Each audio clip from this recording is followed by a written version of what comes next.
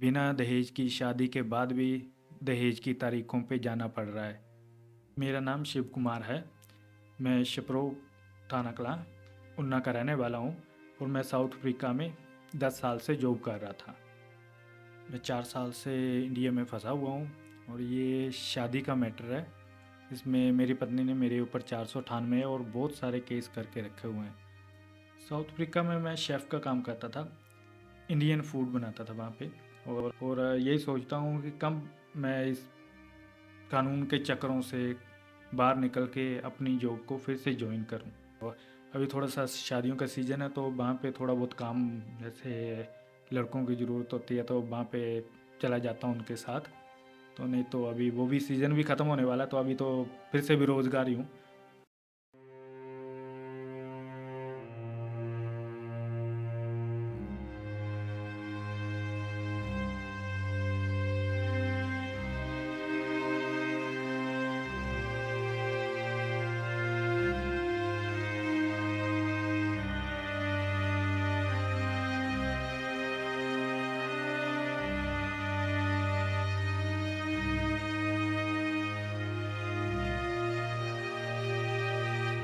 शिव कुमार 32 साल का था जब उस पर घरेलू हिंसा और दहेज उत्पीड़न के एक के बाद एक 7 केस डाल दिए गए। आज शिव 36 साल का हो गया है। न उस पर लगे आरोप साबित हुए हैं और ना ही उसे बरी किया गया है। भारत की कानून व्यवस्था ने लाखों हिंदू युवाओं को इसी तरह कोर्ट कचहरियों में बांध कर रखा है। 3 साल से ज़्यादा समय हो चुका है और 100 से अधिक तारीखें पड़ चुकी हैं। 2019 में साउथ अफ्रीका में शेफ का काम करने वाला शिव भारत की अदालतों की निष्क्रियता का शिकार है। वह अपने ऊपर लगे सारे मुकदमों को फर्जी बताता है। असल में यह नौजवान भारत में महामारी की तरह फैल रहे फर्जी मुकदमों का मारा हुआ है। सुप्रीम कोर्ट से लेकर हाई कोर्ट तक सारे जज जानते हैं कि भारत में फर्जी मुकदमों के कारण करोड़ों लोग सालों साल कचहरियों के चक्कर काटते रहते हैं, लेकिन न्याय मिलते मिलते उम्र बीत जाती है। शिव के बुरे दिन तब शुरू हुए जब उसने 27 अप्रैल 2018 को शादी की। शादी से पहले ही वह अपने ससुराल पक्ष की आर्थिक स्थिति को देखते हुए उन पर दिल खोल कर पैसे लुटा रहा था। शिव के साथ जो हुआ उसे हम मैट्रिमोनियल ब्लैकमेलिंग कह सकते हैं। शिव को दहेज का कोई लालच नहीं था। उल्टा उसने अपने ससुराल पक्ष को इसलिए पैसे दिए ताकि गरीब लड़की के परिवार का पर कोई आर्थिक बोझ ना पड़े। वह अपने साले, ससुर और पत्नी के कहने पर पैसे खर्च करता जा रहा था। लड़की पक्ष को शादी से पहले और बाद में पैसे भेजने वाले शिव कुमार पर आज दहेज उत्पीड़न का मामला दर्ज हो चुका है। वह अदालत में हर बार चिल्लाता है कि उसका रोजगार विदेश में था, वह छिन चुका है। पुलिस ने पासपोर्ट कानूनी प्रक्रिया में उलझाकर उससे छीन लिया है। वह जाए तो कहां जाए। शिव से भारत की अदालत कहती है कि अपनी पत्नी को खर्चा दो, मगर शिव पिछले 3 साल में आर्थिक रूप से इतना कमजोर हो चुका है कि वह पैसा लाए भी तो कहां से लाए। शिव कहता है कि भारत के कानून ने उसे ऐसा फंसाया है कि उसका रोजगार छिन चुका है। शिव अपनी कहानी बताते हुए कहता है कि शादी के बाद वह अपनी पत्नी को रिटर्न टिकट के साथ साउथ अफ्रीका बुलाता है। वहां छोटी सी बात भी मायके पक्ष तक पहुंचा दी जाती है। पत्नी अपने मायके में कॉल कर बात का बतंगड़ बनाने लगी। शिव उसे साउथ अफ्रीका में हर सुख सुविधा दे रहा था। पार्टियों में जाना, घूमना फिरना, शॉपिंग, वह हर वो कार्य कर रहा था जो एक भारतीय पति अपनी पत्नी को रिझाने और मनाने के लिए करता है। पत्नी उसे साउथ अफ्रीका में छोड़कर समय से पहले ही भारत आ जाती है। उसके पास वापस जाने का, साउथ अफ्रीका वापस जाने की टिकट और वीजा भी था। पत्नी ऊना में केस दायर करवाती है कि उसके साथ साउथ अफ्रीका में मारपीट हुई है और शिव के परिवार वाले उससे दहेज की मांग कर रहे हैं। पत्नी ने कोर्ट में ये कहा है कि ससुराल पक्ष कह रहा है कि दहेज दो तभी तुम्हें दोबारा साउथ अफ्रीका भेजेंगे, जबकि शिव कह रहा है कि यह सारा मामला ही फर्जी है, क्योंकि उसकी पत्नी के पासपोर्ट पर स्पेशल वीज़ा था और उसके पास वापसी की टिकट भी थी। ऐसे में दुनिया की कोई भी ताकत उसे साउथ अफ्रीका लौटने में रोक नहीं सकती थी। साथ ही सरकारी अस्पताल में उसकी पत्नी के हुए मेडिकल में मारपीट की कोई भी पुष्टि नहीं हो पाई है। जहां तक दहेज की बात है, वह इसलिए भी फर्जी है क्योंकि शिव ने उल्टा लड़की वालों को दहेज दिया था। शिव एक भारतीय पुरुष की भूमिका निभाते हुए अपने माता पिता से चोरी अपने ससुराल पक्ष को लगातार पैसे भेजता रहा। शिव बताता है कि जब हनीमून के लिए शिमला और कुल्लू मनाली गए तब उसका साला भी उनके साथ हो लिया।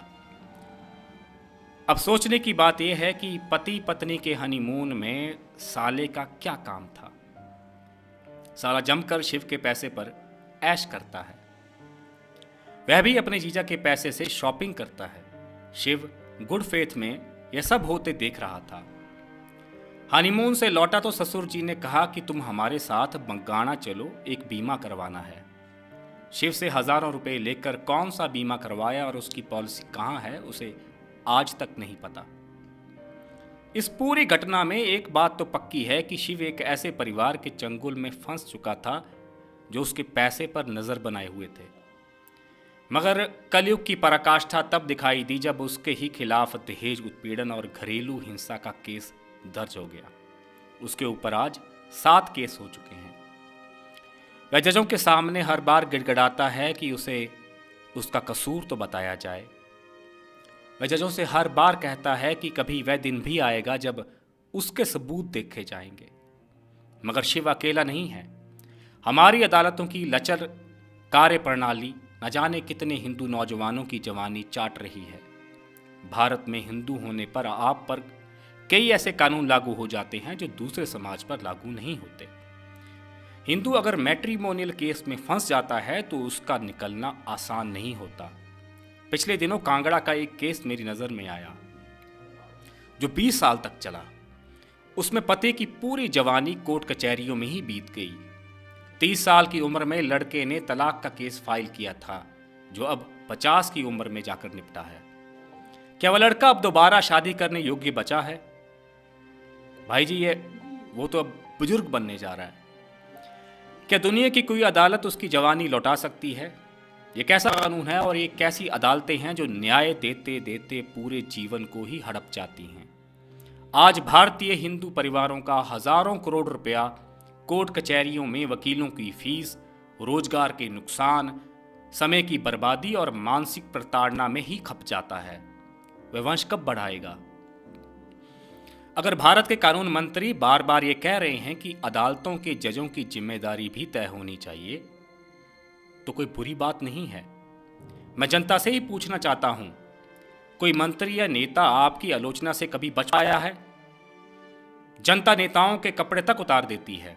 कोई पटवारी, कोई JE, DC, SP, SDO, SDM, doctor, principal, पत्रकार और 24 घंटे काम करने वाली हमारी पुलिस। जनता हर किसी की आलोचना करती है, उनसे सवाल पूछती है, मगर क्या किसी जज की भी आलोचना होती है? ऐसी आलोचना को रोकने के लिए अदालतों के पास अवमानना का अचूक हथियार मौजूद है। किसी सरकारी दफ्तर के चपरासी से लेकर सुप्रीम कोर्ट के चीफ जस्टिस तक सारे सरकारी नौकर ही तो हैं। चपरासी को तो उतना सम्मान नहीं मिलता, लेकिन जजों को पूरा सिस्टम मानयोग, योर ऑनर कहकर पुकारता है। मगर उनकी भी कोई जिम्मेदारी बनती है। सालों साल अदालतों में केस पेंडिंग पड़े रहते हैं। अगर शिव कुमार को 10 साल बाद पता भी चल जाए कि वह बेकसूर है, तब तक वह 42 साल का हो चुका होगा। ना उसका वंश बढ़ेगा और ना ही वह दाम्पत्य जीवन का सुख भोग सकेगा। भारत के करोड़ों नौजवान अदालतों के इस रवैये से परेशान हैं, लेकिन कोई भी खुलकर नहीं बोलता। शिव कुमार का एक दिन मुझे कॉल आया कि मुझे ऊना पुलिस कोर्ट से अस्पताल लेकर आई है और मेरा मेडिकल होने जा रहा है। उस दिन बारिश हो रही थी। अस्पताल में उसे पुलिस वाले सरकारी गाड़ी में लेकर आए थे। वहाँ कुछ घंटे उस पर दबाव बनाते रहे कि जैसा जज साहब कह रहे हैं वैसा करो वरना तुम्हें जेल भेज देंगे। असल में शिव से अदालत कह रही है कि तुम अपनी पत्नी को खर्चा दो। शिव कह रहा है कि उसकी नौकरी ही नहीं रही तो पैसे कहाँ से लाए। जज कहते हैं कि अगली बार ले आना। शिव फिर से कहता है कि जब मेरा काम धंधा ही ठप हो गया है तो अगली बार पैसा कहाँ से आएगा। जज उससे कहते हैं कि तुम्हें जेल में ठोक देंगे। शिव कहता है कि मैं बैग साथ लाया हूं, भेज दो मुझे जेल।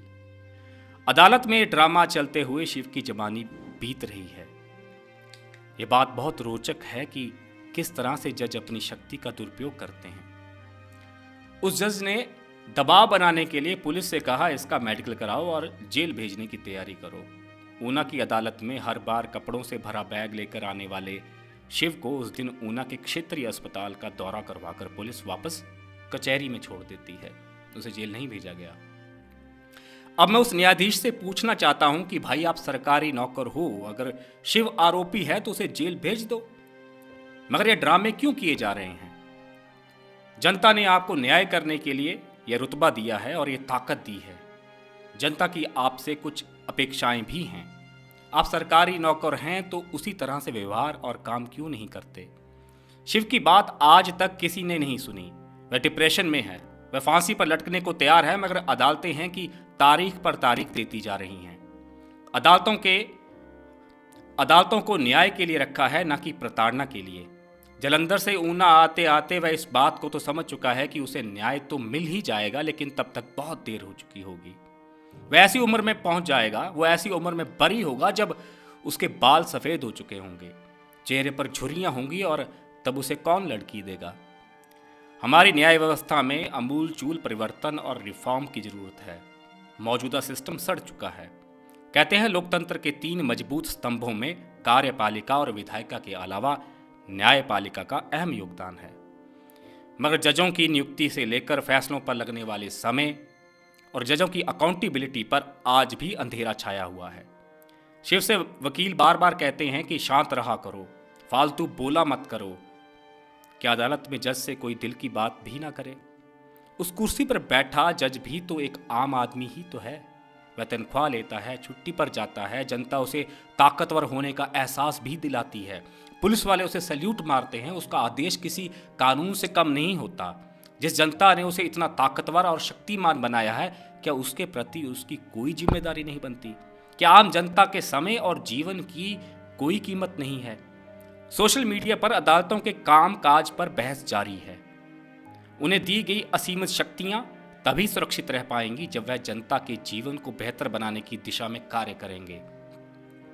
बार बार कहा जाता है कि संविधान की दृष्टि में प्रत्येक नागरिक समान है।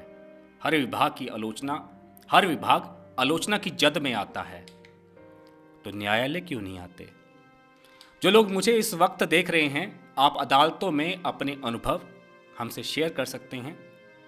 भारत में अगर जुडिशियल रिफॉर्म्स की बात हो रही है तो जनता को यह अधिकार भी बनता है कि वह अपने समाज की अदालतों की कार्यशैली में क्या परिवर्तन चाहते हैं, वो खुल पर इस पर बात करें, क्योंकि कल को आपका ही बेटा और आपकी ही बेटी जज बनेंगे।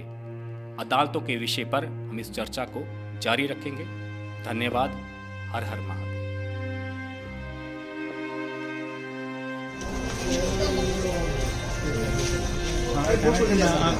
नहीं बिल्कुल नहीं ले सकते। मैं कहना नहीं ले सकते। वो नहीं ले सकते। ਉਹ ਲੈ ਲਈ नहीं ले सकते। मैं कहना ਅਰੇ ਵੀਰੇ ਜੀ ਤੁਸੀਂ ਇਹਨੂੰ ਲੈ ਕੇ ਆਏ ਨਾ ਇੱਥੇ ਮੈਡੀਕਲ ਉਹਦਾ अरे लॉरेंस बिश्नोई थोड़ा ना है। नहीं कोई भी है, तुम इस बात को वो नहीं कर सकते। लॉरेंस बिश्नोई थोड़ा ना है। लॉरेंस बिश्नोई है क्या? नहीं, ये उससे बड़ा कोई क्रिमिनल है? क्रिमिनल की बात नहीं, आप फिर जो मर्जी करो, है ना, ठीक है ना, ऐसा नहीं।